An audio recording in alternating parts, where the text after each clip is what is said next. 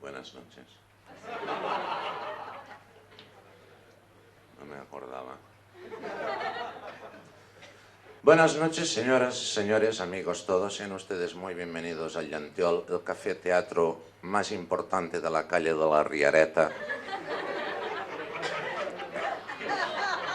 Es un placer estar con todos ustedes para interpretarles unos cuantos chistes acudits, como digo en mi lengua madre, y espero que sean del agrado de todos ustedes. Yo les invito a que se relajen, dejen volar la imaginación. Voy a intentar que pasen 5 minutos muy agradables. Estaré más, pero agradables nada más serán 5 minutos.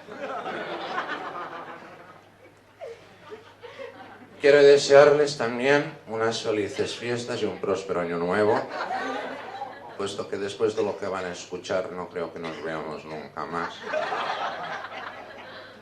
Y con esta alegría que me caracteriza voy a dar comienzo de un momento a otro, aprovechando que hoy estoy muy contento.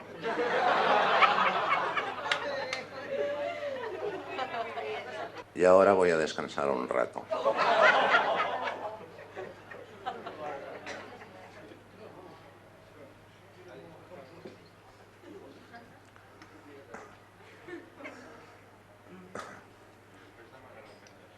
No tengo ganas de hacer nada hoy.